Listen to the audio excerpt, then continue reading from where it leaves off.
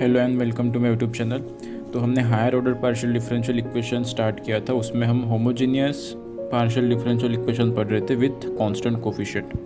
क्या पढ़ रहे थे हम?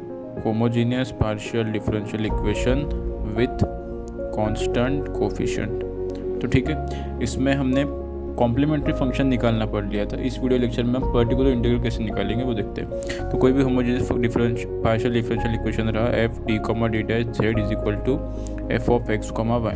तो इस लेफ्ट हैंड साइड से कॉम्प्लीमेंट्री फंक्शन हम फाइंड करते थे एंड इस राइट हैंड साइड से हम पर्टिकुलर इंटीग्रल फाइंड करेंगे। तो इन दोनों का जब मैं ऐड करके लिखूंगा तो मेरा कंप्लीट सॉल्यूशन बन जाएगा। तो कॉम्प्लीमेंट्री फंक्शन कैसे निकालते हमने देख लिया था। अभी हम देखेंगे पर्टिकुलर इंटीग्रल कैसे फाइंड करते हैं। ओके, तो पर्टिकुलर इंटीग्रल देख रहे हैं मुझे F of x comma Y इस फंक्शन पे डिपेंड करेगा। तो ये फंक्शन हो सकता है मे बी अलजेब्रिक हो या फिर एक्सपोनेंशियल हो, ट्रिग्नोमेट्रिक हो, लॉगरिथमिक हो, इस फंक्शन पे डिपेंड करेगा। ओके, तो डिफरेंट फंक्शन के लिए पर्टिकुलर इंटीग्रल की वैल्यू डिफरेंट होगी। सो हम देखते हैं कि पहला अगर कोई मेरे पास फंक्शन रहा F of x comma Y E का power A x plus B Y, यानी कि कोई मेरे पास एक्सपोनेंशियल फंक्शन दिया रहा वेयर ए और बी कोई कांस्टेंट होंगे या कह सकते हैं कोई इंटीजर्स होंगे। ओके, वो ए और बी जीरो भी हो सकते हैं। ठीक है, तो कोई मेरे पास एक्सपोनेंशियल फंक्शन दिया रहा है तो उसके लिए पर्टिकुलर इंटीग्रल की वैल्यू कैसे फाइंड करेंगे वो देखते हैं। तो पर्टिकुलर इंटीग्रल का फॉर्मूला होता है 1/f D comma D dash into F of x comma Y. D comma D dash मतलब जो डी कॉमा डी डैश के टर्म में जो फंक्शन बनेगा वो फंक्शन यहाँ लिखेंगे and F of x comma Y जो फंक्शन रहेगा एक्चुअल में, तो जिसका पर्टिकुलर इंटीग्रल निकालना है हमें वो यहाँ पे। तो एक्सपोनेंशियल फंक्शन दिया है तो इसको फिर से लिख देते हैं F of D comma D dash into ई का power A x plus B Y. तो यहाँ तक ही सॉल्यूशन नहीं आया।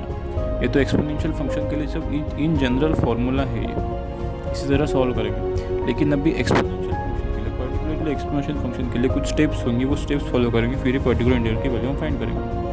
तो सॉल्व कैसे करते हैं, यहाँ पे ए और बी की वैल्यू यहाँ से मैं फाइंड कर सकता हूँ जो भी फंक्शन दिया होगा वहाँ से।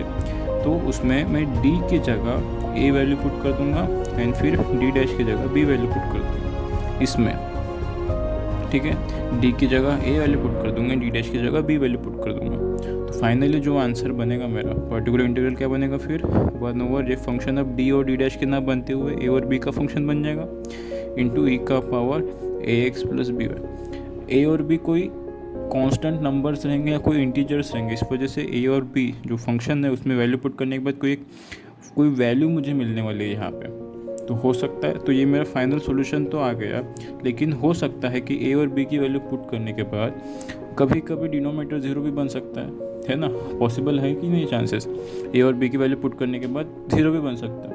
तो अगर जीरो ना बने तब तक तो यहाँ तक यही मेरा फाइनल सॉल्यूशन रहेगा पर्टिकुलर इंटीग्रल का। लेकिन अगर ये जीरो बन रहा है, कैसे, if F of A comma B अगर ज़ीरो बनेगा तो पर्टिकुलर इंटीग्रल कैसे लिखेंगे देखो। सबसे पहले x से ऊपर मल्टीप्लाई करेंगे, नीचे में जो भी मेरे पास function of d comma D dash का जो फंक्शन रहेगा उसको पार्शियली डेरिवेट करेंगे विथ रिस्पेक्ट टू d के रिस्पेक्ट में पार्शियल डेरिवेट करेंगे एंड e का power A x plus B Y as it is. ये कब करेंगे? जब F of A comma B equal to zero बनेगा, तब देखेंगे कि हम जीरो बन रहा है तो सबसे पहले x से ऊपर मल्टीप्लाई कर देंगे, नीचे में d से पार्शियल डेरिवेट कर देंगे। ठीक है, एग्जांपल के लिए सपोज समझना हो तो अगर F of D comma D dash का कोई फंक्शन दिया रहा D square plus D into D dash plus D dash square, suppose ऐसा कुछ दिया रहा, अगर किसी ए और बी की कोई वैल्यू पे ये जीरो बन रहा है तो कैसे करेंगे? पर्टिकुलर इंटीग्रल की वैल्यू कैसे फाइंड करेंगे? सपोज x ऊपर मल्टीप्लाई कर देंगे और इसको इसको d के रिस्पेक्ट में डेरिवेट कर देंगे। तो कितना हो जाएगा? डी स्क्वायर का डेरिवेटिव 2d, डी के रिस्पेक्ट में डेरिवेट करें तो डी डैश का टर्म है तो कांस्टेंट की तरह ट्रीट होगा। तो इसका कितना हो जाएगा? डी डैश कांस्टेंट बाहर, तो डी का डेरिवेटिव डी के रिस्पेक्ट में सिर्फ 1 आएगा तो डी डैश बचेगा एंड डी डैश स्क्वायर का तो 0 बनेगा एंड इंटू ई का power A x plus B Y as it is. इसके बाद फिर हम ए की डी की जगह ए पुट कर देंगे एंड डी डैश की जगह बी पुट कर देंगे एंड जो आंसर रहेगा फाइनल सॉल्यूशन रहेगा। इसके बाद भी अगर फिर से जीरो बन रहा है तो फिर से क्या करेंगे? पर्टिकुलर इंटीग्रल फिर से x से ऊपर मल्टीप्लाई, यानी कि अब एक्स स्क्वायर बन जाएगा, फिर से डेरिवेट करेंगे डी कॉमा डी डैश का जो फंक्शन रहेगा उसको फिर से डी के रिस्पेक्ट में डेरिवेट कर देंगे, ई का power x plus B y continue करेंगे, फर्दर सॉल्व करके सोल्यूशन फाइंड करेंगे। तो इस तरीके से हम, अगर मेरे पास f of x comma Y अगर कोई एक्सपोनेंशियल फंक्शन रहा ई का power x plus B y, उस केस में अगर मेरे पास सपोज सिर्फ ई का पावर एक्स दिया रहा तो किसको किससे कंपेयर करना है, ई का power x plus B Y से। तो इसकी जगह ए की वैल्यू कितनी होगी, ए की वैल्यू 1 हो गई एंड बी की वैल्यू कितनी हो जाएगी यहाँ से 0, यानी कि मैं डी की जगह 1 पुट कर दूंगा, डी डैश की जगह 0 पुट कर दूंगा। समझ में आएगा। ए का पावर अगर -5 दिया है सिर्फ, इसे फिर से कंपेयर करो ई का power x plus B Y से, तो ए की वैल्यू 0 एंड बी की वैल्यू -1, यानी कि मुझे डी की जगह 0 पुट करना है, डी डैश की जगह -1 पुट करना है। तो ये समझने वाली बात है, ठीक है। तो इस तरीके से हम कोई भी एक्सपोनेंशियल फंक्शन रहा उसके लिए पर्टिकुलर इंटीग्रल की वैल्यू ऐसे फाइंड करेंगे।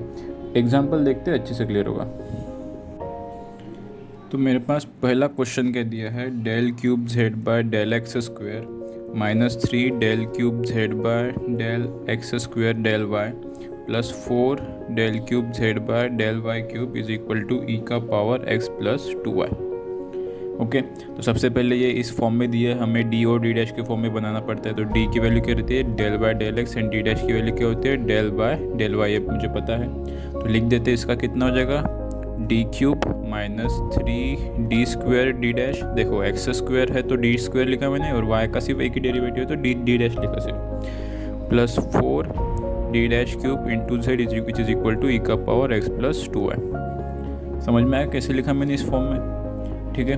तो कॉम्प्लीमेंट्री फंक्शन निकालना हमें पता है, इसके अकॉर्डिंग हम कॉम्प्लीमेंट्री फंक्शन निकालेंगे, ऑक्सिलरी इक्वेशन बनाएंगे, रूट्स फाइंड करेंगे, उसके हिसाब से कॉम्प्लीमेंट्री फंक्शन फाइंड करेंगे। लेकिन हमें फाइंड करना है फिलहाल पर्टिकुलर इंटीग्रल। कॉम्प्लीमेंट्री फंक्शन आपको निकालना आ जाएगा, निकाल सकते हो। तो पर्टिकुलर इंटीग्रल कैसे रहेगा, 1/f D comma D dash into ई का पावर एक्स प्लस 2y। तो सबसे पहले f D comma D dash का फंक्शन लिख लो, ये कितना है, D cube -3 D square D dash +4 D dash cube into ई का पावर एक्स प्लस 2y। तो क्या करते हैं इसके बाद, रिप्लेस कर देंगे किससे, डी को ए की वैल्यू कितनी है यहाँ पे 1, इसको ई का power A x plus B Y से कंपेयर करते हैं। ए की वैल्यू कितनी हो जाएगी 1 एंड बी की वैल्यू 2, तो डी को 1 से रिप्लेस करना है एंड डी डैश की जगह 2 वैल्यू पुट करनी है। तो फाइनली डिनोमिनेटर क्या बनता है देख लेते हैं एक बार, डी क्यूब कितना हो जाएगा, 1 क्यूब 1 -3 डी स्क्वायर मतलब 1 एंड डी डैश मतलब तुम 3 इंटू 2 बचेगा सिर्फ, +4 डी डैश क्यूब यानी कि 2 क्यूब 8, तो इंटू 8 इंटू ई का power x plus 2y as it is रहेगा, ठीक है। तो फाइनली कितना हो जाएगा ये पर्टिकुलर इंटीग्रल, 1/3 + 4 इंटू 8 32 ई का पावर एक्स प्लस 2y। सो 1 - 32 33 - 6 कितना बचेगा 27, ओके, ई का पावर एक्स प्लस 2 यानी कि डिनोमिनेटर में अगर 0 नहीं बन रहा है तो यही मेरा पर्टिकुलर इंटीग्रल की वैल्यू होगी, ठीक है। अगर यही क्वेश्चन में अगर suppose denominator if F D comma D dash is equal to 0 बन रहा होता तो क्या करते, पर्टिकुलर इंटीग्रल की वैल्यू में बन नहीं रहा है, सपोज बन रहा होता तो क्या करेंगे, x से मल्टीप्लाई कर देंगे एंड डेरिवेट कर देंगे, D cube D square D dash +4 D dash cube को किसके रिस्पेक्ट में, डी के रिस्पेक्ट में, और ई का power x plus 2y as it is रहता। तो फाइनली क्या आ जाता है, x डी क्यूब का 3d square -6d into D dash, और यहाँ पे +0 बनता, एंड फाइनली हम इसको फिर आगे प्रोसेस करते। इसके बाद फिर से डी की जगह 1 पुट करते, डी डैश की जगह 2 पुट करते, एंड फिर से सॉल्व करते। अगर फिर से 0 बनता तो फिर से इसी तरह से x से मल्टीप्लाई करके फिर से पार्शियल डेरिवेट करेंगे डी के रिस्पेक्ट में, फर्दर प्रोसीड करेंगे। तो इस तरीके से हम पर्टिकुलर इंटीग्रल की वैल्यू निकालते अगर F of x comma Y कोई एक्सपोनेंशियल फंक्शन रहा ई का पावर एक्स प्लस 2y के फॉर्म में। तो अभी सेकेंड केस देखते हैं। सेकेंड केस में क्या होगा कि मेरे पास जो F of x comma Y जो फंक्शन है, अगर sine of A x plus B Y या फिर cos of A x plus B Y का रहा, यानी कि ट्रिग्नोमेट्रिक फंक्शन में साइन और cos A x plus B Y, sine of A x plus B Y, cos of x plus B Y से रहा, तो उसके लिए पर्टिकुलर इंटीग्रल की वैल्यू क्या होगी, capital F D comma D dash into z which is equal to F of x comma Y. तो f of x comma y sine x और कॉस एक्स रहा। तो यहाँ पे और एक कंडीशन है कि जो मेरा F of D comma D dash ये जो फंक्शन रहेगा ये second order homogeneous partial differential equation होना चाहिए।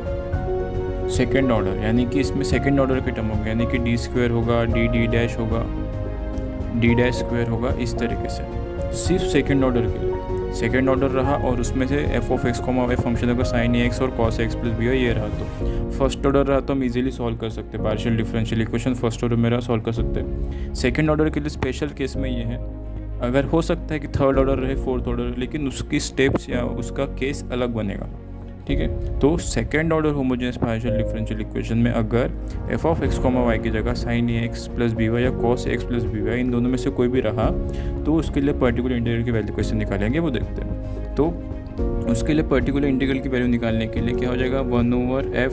अभी सेकेंड ऑर्डर है तो उसमें डी स्क्वेयर डी डैश और डी डैश स्क्वेयर ये तो रहने ही वाले ऑब्वियसली, ठीक है, into F of x comma Y ऐसे पर्टिकुलर इंटीग्रल का फॉर्मूला लिखते हैं हम।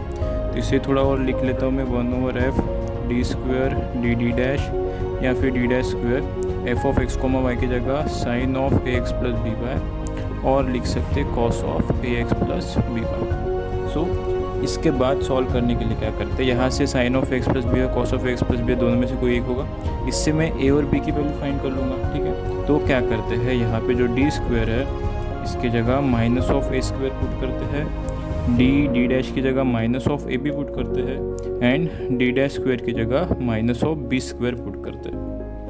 ये बात इंपॉर्टेंट है। ई का power A x plus B Y में क्या करते थे, डी की जगह ए पुट करते थे एंड डी डैश की जगह बी पुट करते थे। तो sine of A x plus B Y इस केस में डी स्क्वायर की जगह minus A square, D dash की जगह minus of A B and D dash square की जगह minus of B square value ये पुट करेंगे, ठीक है। सो ये वैल्यूज़ पुट करेंगे। स्टिल अभी क्या हो सकता है कि ये वैल्यूज़ पुट करने के बाद डिनोमिनेटर में ये वैल्यू तो हो सकता है कि denominator F D square D dash या फिर डी डैश स्क्वेयर ये हो सकता है कि ज़ीरो भी बने। तो अगर ये अगर ज़ीरो बन रहा है तो जैसे कि हमने ई का power x plus B Y के साथ किया था सेम उसी तरह करेंगे। क्या करेंगे, सबसे पहले पर्टिकुलर इंटीग्रल निकालना है मुझे, तो एक्स से मल्टीप्लाई और नीचे जो भी टर्म होगा उसका डेरिवेटिव लेंगे, यानी कि D square D dash plus D dash square D के रिस्पेक्ट में डेरिवेटिव निकालेंगे। यहाँ पे F of x comma Y का फंक्शन मल्टीप्लाई में रहेगा, ये sine x plus B Y cos x plus B Y. Derivative निकालेंगे, डेरिवेटिव निकालने के बाद भी डी स्क्वेयर की जगह minus A square, D dash की जगह minus of A B, D dash square की जगह माइनस ऑफ बी स्क्वेयर करेंगे।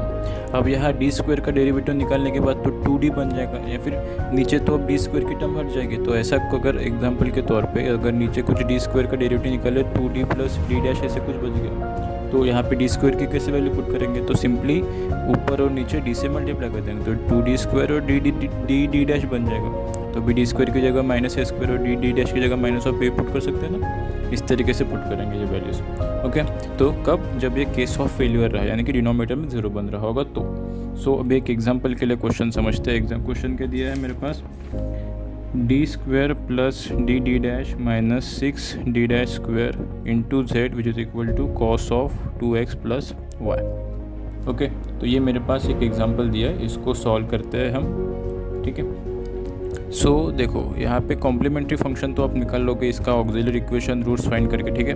पर्टिकुलर इंटीग्रल कैसे निकालते हैं वही हमें देखना है। तो पर्टिकुलर इंटीग्रल के लिए क्या हो जाएगा, 1 ये function D square plus D dash minus 6d square into cos of 2x plus Y. तो इसे cos of x plus Y से कंपेयर करो तो इसके ए की वैल्यू कितनी 2 एंड बी की वैल्यू 1। तो कैसे पुट करते हैं, डी स्क्वायर की जगह माइनस ऑफ ए स्क्वायर यानी कि माइनस ऑफ ए स्क्वायर मतलब 2 स्क्वायर 4, डी डैश की जगह माइनस ऑफ ए यानी कि minus of 2 into 1 2 and D dash square की जगह माइनस ऑफ बी स्क्वायर यानी कि -1, ओके। सो पर्टिकुलर इंटीग्रल कितना आ जाएगा, 1/-4 -2 एंड -1 इंटू -6 यानी कि +6 into cos of 2x plus Y. तो नीचे 0 बन रहा है यानी कि केस ऑफ फेलियर है। तो पर्टिकुलर इंटीग्रल कैसे लिखेंगे, फिर डेरिवेट करते हैं और x से ऊपर मल्टीप्लाई, तो x से ऊपर मल्टीप्लाई कर लिया, इसको डेरिवेट करेंगे विद रिस्पेक्ट टू d। तो कितना हो जाएगा ये 2d plus D dash, 6d dash square का डेरिवेटिव 0 हो जाएगा। Okay, so into cos of 2x plus Y as it is. तो अभी फिर से पुट करना है, लेकिन अभी डी स्क्वायर की टर्म कहाँ है, तो क्या करेंगे हम, डी से ऊपर मल्टीप्लाई कर दे, डी से नीचे मल्टीप्लाई कर दे, तो डी स्क्वायर बन जाएगा और डी डैश इंटू डी बन जाएगा ये। ओके, सो पर्टिकुलर इंटीग्रल कितना हो जाएगा अभी, X into D as it is, 2 into D square की वैल्यू कितनी है -4 प्लस डी डैश की वैल्यू कितनी है -2 into cos of 2x plus Y as it is. So particular integral कितना बचेगा, x इंटू डी, नीचे में -8 -2 into cos of 2x plus Y. तो यही ख़त्म नहीं हुआ फाइनली आंसर मेरा। ठीक है, तो पर्टिकुलर इंटीग्रल फाइनली कैसे लिखूंगा मैं, x और -10 तो बाहर निकाल दो,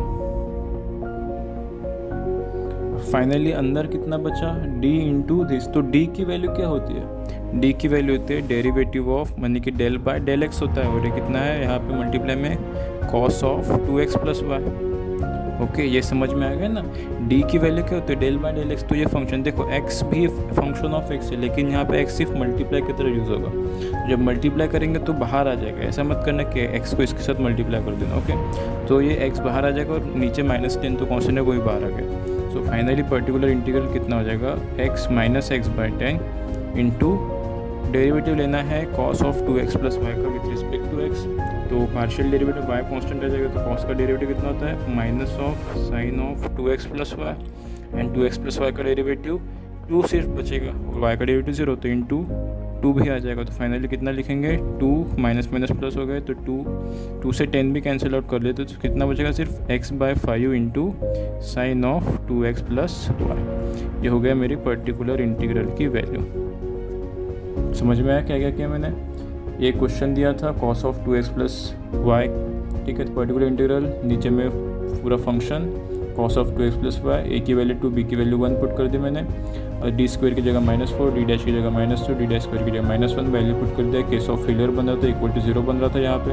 ओके, तो केस ऑफ फेलियर का कैसे सॉल्व करते हैं, x से ऊपर मल्टीप्लाई, नीचे d के रिस्पेक्ट में डेरिवेटिव, वही लिया मैंने यहाँ पे, x के साथ मल्टीप्लाई, नीचे डेरिवेटिव, तो डी स्क्वायर की टर्म बनाई थी तो ऊपर नीचे d से मल्टीप्लाई कर दिया, डी स्क्वायर की जगह फिर से -4 पुट कर दिया, डी डैश की जगह -2 पुट कर दिया, सॉल्व किया। d की वैल्यू क्या होती है मुझे पता है, d की वैल्यू होती है डेल बाय डेल x। ये x मल्टीप्लाई में लिया है तो x पूरा बाहर लेना है, ठीक है, तो x मल्टीप्लाई मत कर देना यहाँ पे, x और -10 कॉन्स्टेंट तो बाहर ले लिया था। Finally cos of 2x plus Y का derivative with respect to x, sine of 2x plus y minus में और इंटू 2 में आ जाएगा, 2x प्लस वाई का डेरिवेटिव 2, y का derivative 0, and this is finally answer. So इस तरह से हम सॉल्व करेंगे कब, जब f of x comma y की वैल्यू होगी sine of ax plus B y और cos of ax plus B Y, इस तरीके से। एंड उसी के साथ साथ f of d plus d comma D dash, ये second order homogeneous partial differential equation होना चाहिए तभी, ठीक है। अगर थर्ड ऑर्डर रहा, फोर्थ ऑर्डर, उसके लिए अलग से केस है, लेकिन सेकंड ऑर्डर रहा और अगर F of x comma y का फंक्शन अगर sine of x plus y, x plus B y और cos of x plus B y दिया रहा, तो उसके लिए हम इस तरीके से सॉल्व करेंगे। ओके, तो अभी हम देखते हैं केस 3। अगर मेरे पास f of x comma y कोई x to the power m into Y का पावर n, यानी कि कोई पॉलिनोमियल फंक्शन रहा, पॉलिनोमियल कोई फंक्शन दिया है where m and n are the integers, ठीक है, m और n कोई भी इंटीजर्स होंगे, x to the power n dot into Y का पावर n, इस तरीके से कोई फंक्शन दिया रहा, तो उसके लिए हम कैसे पर्टिकुलर इंटीग्रल की वैल्यू फाइंड करेंगे वो देखते हैं। यानी कि कहने का मतलब है सिर्फ F D comma D dash into z is equal to X का पावर m इंटू वाई का पावर n, कुछ इस तरीके से दिया रहा, तो पर्टिकुलर इंटीग्रल की वैल्यू कैसे फाइंड करेंगे। ओके, उसके लिए सबसे पहले हमें 4 पॉइंट्स इंपॉर्टेंट ध्यान में देना पड़ेगा। फर्स्ट पॉइंट है कि 1 प्लस डी का पावर -1, अगर मैं इसे लिखता हूँ, कुछ भी नहीं है, 1 प्लस डी का power -1, simple a plus b का पावर n, बाइनोमियल एक्सपेंशन। तो इसका एक्सपेंशन कैसे लिखेंगे हम, 1 minus D plus D square minus D cube plus D का power 4 up to so on. ये बाइनोमियल एक्सपेंशन पढ़ा होगा आपको, ये सीरीज याद रहनी चाहिए। उसी तरह सेकेंड पॉइंट 1 माइनस डी का पावर -1, इसका एक्सपेंशन कैसे होगा, 1 plus D square plus D cube plus D का power 4 up to so on. ये 2 पॉइंट सबसे ज़्यादा इंपॉर्टेंट, क्योंकि इसका यूज़ होने वाला है इस स्टेप में। ये जो पर्टिकुलर है ना, x का पावर m, y का पावर एंड ऐसा अगर F of x comma Y अगर फंक्शन रहा तो उसके लिए ये पॉइंट्स यूज़ होंगे, ठीक है, स्टेप्स में यूज़ होंगे। थर्ड पॉइंट कि 1/d F of x comma Y अगर ऐसा कुछ दिया रहा 1/d into F of x comma Y ऐसा कुछ दिया रहा तो इसे हम लिखेंगे integration of F of x comma Y D X. यहाँ पे y एज अ कांस्टेंट की तरह ट्रीट होगा क्योंकि डेल की वैल्यू मुझे पता है डेल बाय डेल एक्स होता है, तो x के रिस्पेक्ट में इंटीग्रेट करेंगे एंड y कांस्टेंट की तरह ट्रीट होगा। इसको इस तरह से लिखेंगे डायरेक्ट, ठीक है, कंफ्यूज मत होना। उसी तरह अगर दिया रहा 1/d डैश दिया रहा F of x comma Y तो integration of F of x comma Y जो फंक्शन होगा y के रिस्पेक्ट में इंटीग्रेट करेंगे, यहाँ पे x कांस्टेंट की तरह ट्रीट होगा, ठीक है। तो ये 4 पॉइंट इंपॉर्टेंट है क्योंकि इसके स्टेप्स में यूज़ होंगे, ओके। तो ये 4 पॉइंट 1 + d का पावर -1 अगर बाइनोमियल एक्सपेंशन ये सीरीज़ पता होनी चाहिए, 1 - d का पावर -1 तो ये सीरीज़ पता होनी चाहिए, 1/d f into F of x comma Y the integration of F of x comma Y D x, Y as a constant and X as a constant when 1/d dash into F of x comma Y ऐसा रहा तो, ठीक है। तो एक एक करके steps देखते हैं इसकी स्टेप्स क्या थी। तो पहला स्टेप में क्या करना है मुझे कि जो भी नीचे फंक्शन दिया रहेगा उसे इस फॉर्म में बनाना है। यानी कि सपोज़ एग्जांपल के लिए अगर मेरे पास d² + d dash plus d dash square ऐसा कुछ दिया रहा तो क्या करूँगा मैं, सबसे पहले हाईएस्ट कौन सा है, d² है, तो d² को कॉमन निकाल लो, क्या बचेगा 1 + d dash by d plus d dash square by d square, ठीक है, ये बचा। एंड फाइनली ये किस फॉर्म में दिख रहा है मुझे, 1+ के फॉर्म में दिख रहा है। अगर एग्जांपल के लिए d² minus of d dash plus d dash square दिया रहता तो d स्क्वायर कॉमन निकल देगा, हो जाएगा 1 - d dash by d plus d dash square by d square. यानी कि इसे मैं 1 + d का पावर, अभी डिनोमिनेटर में टर्म होगा, पर्टिकुलर इंटीग्रल जब निकालता हूँ तो 1/d, d डैश ऐसा लिखते हैं ना, तो ये जब ऊपर चला जाएगा तो इसे ही into F of x comma y multiply में रहेगा, इसे ऊपर लेके जाऊँगा तो क्या हो जाएगा, ये f d डैश का power -1 into F of x comma Y. तो ये जो फंक्शन ये जो बनेगा अब 1 + d का पावर -1 या 1 - d का पावर -1 इस फॉर्म में दिख रहा है मुझे। देखो 1+ ये पूरी टर्म को d कंसिडर करो, 1 - इस पूरे टर्म को d कंसिडर करो। सो ये जब बनेगा तो उसके बाद में -1 या d का मतलब ऊपर चला जाएगा तो -1 हो जाएगा, उसके बाद ये सीरीज़ अप्लाई कर दूंगा, ठीक है। तो इससे होगा क्या, देखो कि अभी देख रहा होगा आपको, ये तो सीरीज़ इन्फिनिटी की सीरीज़ है तो कितना लिखते बैठेंगे नहीं, क्योंकि सेकेंड डेरिवेटिव है तो d डैश का मतलब क्या होता है, सपोज ऐसा ये जब मल्टीप्लाई करके लिखेंगे तो d डैश का मतलब क्या होता है, डेल बाय डेल वाई। तो कोई फंक्शन दिया रहा यहाँ पे z F of x comma Y या पॉलिनोमियल फंक्शन मल्टीप्लाई में होगा, तो जब मल्टीप्लाई में होगा तो y के रिस्पेक्ट में एक बार डेरिवेटिव करेंगे। d डैश स्क्वायर का मतलब क्या होता है, डेल टू कोई F of x comma Y का फंक्शन होगा, डेल वाई स्क्वायर 2 बार डेरिवेट करेंगे। तो अगर x का power x² into Y square suppose example के लिए दिया रहा तो इसका सेकेंड डेरिवेटिव के बाद थर्ड डेरिवेटिव, फोर्थ डेरिवेटिव तो सब 0 आने वाला है। यानी कि d डैश स्क्वायर के बाद d डैश क्यूब हो गया, d डैश का पावर 4 हो गया, अप टू d डैश का पावर n, कितना भी इन्फिनिट की सीरीज जा रही है ना, तो कितना भी रहेगा तो सबका आंसर 0 ही आने वाला है। समझ में आ गया, तो इसलिए ज़्यादा लेंदी नहीं बनेगा, ये 2-3 टर्म तक ही सॉल्व करेंगे सिर्फ, क्योंकि आगे के हायर डेरिवेटिव सारे 0 बनने वाले हैं, ठीक है। तो फर्स्ट स्टेप में क्या करेंगे, नीचे जो दिया रहेगा उसमें से हाईएस्ट टर्म कॉमन निकालेंगे d स्क्वायर की, या फिर d क्यूब होगा तो d क्यूब कॉमन निकालेंगे, ओके। तो कॉमन निकालेंगे, उसके बाद माइनस में चला जाएगा ये ऐसे इस तरीके से, एंड फिर ये सीरीज़ अप्लाई करेंगे, सीरीज़ वैल्यूज पुट करेंगे। उसके बाद सेकेंड स्टेप में इन सारे टर्म्स का यूज़ होगा, क्योंकि जो ऊपर में जो टर्म्स है d डैश स्क्वायर, तो इससे डेरिवेटिव निकाल लेंगे तो नीचे जो d बचा, d स्क्वायर बचा, तो इनका यूज़ करेंगे। अब d का तो समझ रहा है, 1/d का रहा F of x comma Y, तो इसका integration of F of x comma y with respect to x, और यहाँ पे y कांस्टेंट ये तो समझ रहा है। लेकिन अगर 1/d square into F of x comma y रहा तो इसे कैसे लिखेंगे, इसे लिखेंगे 1/d पहले बाहर into 1/d into F of x comma y and सबसे पहले इस पे इंटीग्रेशन आएगा, integration of F of x comma y so on. नीचे लिख रहा हूँ ये 1/d तो एज इट इज़, फिर इसके बाद आएगा integration f of x comma Y D x के रिस्पेक्ट में, और वाई कांस्टेंट की तरह ट्रीट होगा। समझ में आ गई ये बात? यानी कि 1/d² है तो सबसे पहले d² को स्प्लिट करना है, फिर मल्टीप्लाई करना है, फिर पहले इस टर्म पे इंटीग्रेशन फार्मूला पुट करेंगे वो वाला, एंड फिर से d 1/d फिर से, तो फिर से वो फार्मूला पुट करेंगे एंड सॉल्व करेंगे। सो स्टेप 1 में क्या करना है, हाईएस्ट टर्म कॉमन निकालनी है, 1 + d का पावर -1 और 1 - d का पावर -1 में बनाना है। उसके बाद ये टर्म्स आएंगे कुछ 1/d F of x comma y, 1/d dash into F of x comma Y, तो इंटीग्रेशन रहेंगे ये टर्म, उसमें से y कांस्टेंट व्हेन d रहा एंड x कांस्टेंट ट्रीट करेंगे जब d डैश रहा, एंड फर्दर सॉल्व करेंगे एंड वैल्यू फाइंड करेंगे। ओके, एग्जांपल से समझते थोड़ा कन्फ्यूजन होगा, कोई बात नहीं, एग्जांपल से समझते क्लियर हो जाएगा। तो अभी क्वेश्चन क्या दिया है, del2z/del x² plus del2z/del x/del y minus 6 del2z/del y² is equal to x + y दिया हुआ है। ओके, तो ये मेरे पास क्वेश्चन, इसका सोल्यूशन मुझे निकालना है। सबसे पहले इसे और लिख लेते सिंप्लीफाइड करके, d² plus dd dash minus 6d² into z which is equal to x + y। तो x + y कोई पॉलिनोमियल फंक्शन है, कॉम्प्लीमेंट्री फंक्शन आप निकाल लोगे। तो पर्टिकुलर इंटीग्रल सिर्फ देखते हैं कैसे निकालते हैं। पर्टिकुलर इंटीग्रल कितना लिखेंगे, 1/d² plus dd dash minus 6d² into x + y। तो पॉलिनोमियल फंक्शन था तो कैसे करते हैं, हाईएस्ट टर्म कॉमन निकालो सबसे पहले, तो d² कॉमन निकालूंगा तो क्या बचेगा यहाँ पे 1 + d' d माइनस 6d'² समझ में आ गया कैसे लिख रहा हूँ मैं अभी?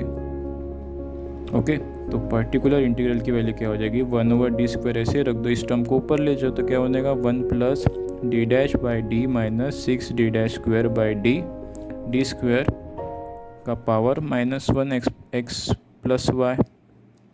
पूरा टर्म नीचे तो ऊपर ले गया तो -1 आ जाएगा, इसलिए वो फॉर्मूले पढ़ लेते, कौन सा, 1 + d का पावर -1 क्या था, 1 - d plus d² minus d³ up to so on. ठीक है, वही फार्मूला पुट कर दो, 1 प्लस पूरा टर्म d कंसिडर करो का पावर -1 इंटू x + y।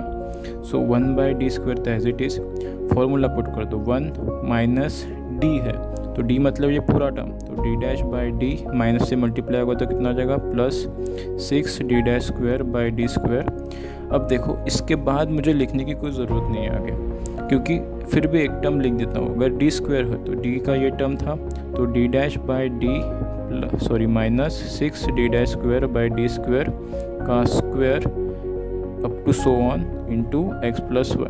बाकी के टर्म लिखने की कोई ज़रूरत नहीं, क्योंकि जब मैं अब x + y से यहाँ मल्टीप्लाई कर दूँगा तो d' का मतलब क्या होता है, d' का मतलब होता है del/del y।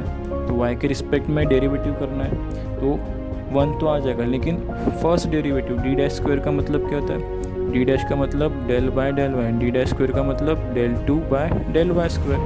तो x + y का डेरिवेटिव y के रिस्पेक्ट में निकालूंगा तो 1 आ जाएगा, लेकिन उसके बाद यानी कि फर्स्ट डेरिवेटिव के बाद सेकंड डेरिवेटिव हो गया, या फिर d' आता तो कितना del3/del y³ लिखता मैं। सेकंड डेरिवेटिव के बाद third derivative, fourth derivative, nth derivative हो, ये इन्फिनिट तक की सीरीज जा रही है ना, nth तक जा रही है ना, तो कितने भी डेरिवेटिव, सारे डेरिवेटिव हायर ऑर्डर डेरिवेटिव सब 0 आने वाले हैं। इसलिए d'², इसका मतलब d' के बाद मल्टीप्लाई करेंगे तो स्क्वायर टर्म में आ जाएगा, यहाँ पे भी d' मतलब कि सेकंड डेरिवेटिव, तो सारे टर्म यहाँ से सारे टर्म 0 ही आने वाले, हायर डेरिवेटिव सारे 0 आने वाले, इसलिए इसके आगे लिखने की कोई ज़रूरत नहीं थी। यही देखेंगे हम x + y जो पॉलिनोमियल फंक्शन है ना, इस ये कितना ऑर्डर, मतलब ये इसको अकॉर्डिंग देखेंगे कितने टर्म्स मुझे लिखने, कितना ऑर्डर के बाद कितना डेरिवेटिव के बाद उसका डेरिवेटिव 0 आने वाला है, ये देखेंगे। ठीक है, यहाँ पे दिख रहा है मुझे फर्स्ट डेरिवेटिव के बाद ये सारे टर्म 0 आने वाला है, इसलिए लिखने की इतनी ज़रूरत नहीं थी। सो 1/d², 1 - d'/d, इसके आगे लिखने की कोई ज़रूरत नहीं, सारे डेरिवेटिव 0 आने वाले, तो नहीं लिखता हूँ मैं, इंटू सिंपली x + y। क्या कर दो, अब x + y से मल्टीप्लाई कर दो तो क्या बन जाएगा अभी,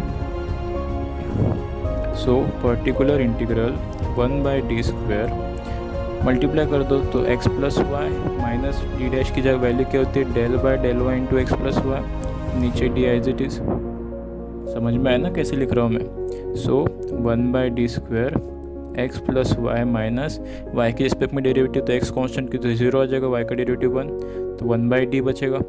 तो सबसे पहले 1/d इसको कैसे लिखते हैं हम, 1/d² x plus y minus, अभी हमने देखा था ये फॉर्मूला या 1/d कितना 1/d into F of x comma Y, तो किसे लिखते हैं integration of F of x comma y into d x where y as a constant की तरह ट्रीट होगा। तो यहाँ पे एफ ऑफ एक्स वाई का फंक्शन कितना दिया है, 1 दिया है, 1 भी तो हो सकता है ना, तो इसको कैसे लिखेंगे integration of 1 into d x where y constant, y की कोई टर्म नहीं तो इसलिए कुछ प्रॉब्लम नहीं आएगी। ठीक है, तो पर्टिकुलर इंटीग्रल क्या हो जाएगा 1/d² x plus y minus x के रिस्पेक्ट में 1 का इंटीग्रेशन एक्स बचेगा सिर्फ, तो एक्स से एक्स कैंसिल, वाई बचा सिर्फ, पर्टिकुलर इंटीग्रल कितना आ जाएगा 1/d² into y, okay into y.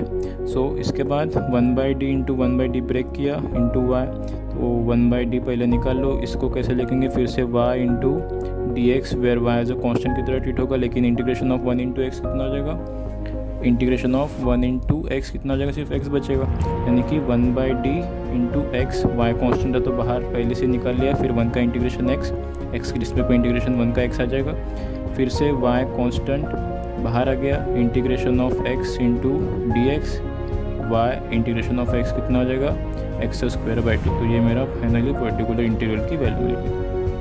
Okay, समझ में आया क्या क्या किया, देखो फिर से फर्स्ट स्टेप में वही पर्टिकुलर इंटीग्रल लिख दिया मैंने, इसे डिनोमिनेटर में ले गया, d² कॉमन निकाला, ऊपर ले गया -1, वो सारी सीरीज़ लिखी binomial series, x plus Y का सेकेंड डेरिवेटिव के बाद सारे टर्म 0 बनने वाले, इसलिए सेकेंड डेरिवेटिव के बाद के टर्म्स लिखे नहीं मैंने, 6d² इसके इधर भी 0 बन रहा था, इसके आगे सब 0, ये टर्म पूरे हटा दिया, सिर्फ इतना लिखा 1 - d'/d एक्स प्लस वाई से मल्टीप्लाई कर दिया, d' के टर्म d' मतलब del y x plus Y का डेरिवेटिव निकाला, 1/d आ गया, 1/d का फिर से फार्मूला लगाया, वो थर्ड फार्मूला, x आ गया, x से x कैंसिल, y बचा, फिर से 1/d² को 1/d इंटू 1/d में ब्रेक किया, इस पर फिर से फार्मूला, एंड देन इस पर फिर से फार्मूला पूरा अप्लाई करके फाइनली हमने सॉल्यूशन फाइंड किया। इस तरीके से पर्टिकुलर इंटीग्रल की वैल्यू निकालते हैं when f of x comma Y कोई x का पावर m y का पावर n कोई पॉलिनोमियल फंक्शन रहेगा। ठीक है, तो इस तरीके से हमने 3 टाइप देखे, फर्स्ट टाइप e का पावर ax प्लस by के लिए, सेकेंड केस दिखा था कि sine of ax plus by और cos of ax plus by के लिए, एंड थर्ड देखा था कि x का पावर m और y का पावर n कोई पॉलिनोमियल फंक्शन रहा था। तो अलग अलग केसेस के लिए अलग अलग स्टेप्स है पर्टिकुलर इंटीग्रल निकालने की, और एक स्टेप बाकी है, उसमें हम देखेंगे कि कोई भी फंक्शन रहे इस बार को हम पर्टिकुलर इंटीग्रल कैसे निकालेंगे। ओके, मिलते हैं नेक्स्ट वीडियो लेक्चर में। जय हिंद।